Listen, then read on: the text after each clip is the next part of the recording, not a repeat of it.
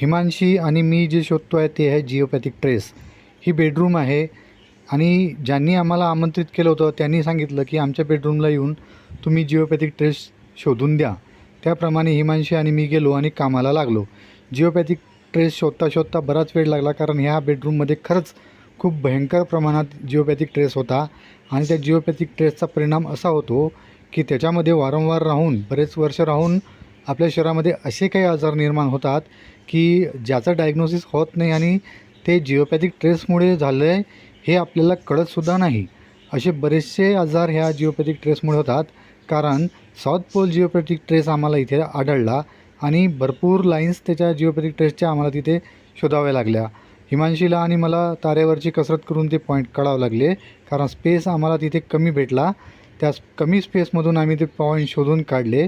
बरेच वेळानंतर ज्यावेळेस ते पूर्ण जिओपॅथिक ट्रेसचे लाईन्स आम्ही क्लिअर केल्या, सगळे तिथले फ्रिक्वेन्सीज आम्ही क्लिअर केले, सगळे मॅग्नेटिक फील्ड्स आम्ही क्लिअर केल्या, त्यानंतर त्या घर मालकाला समाधान झाले आणि आम्हालासुद्धा.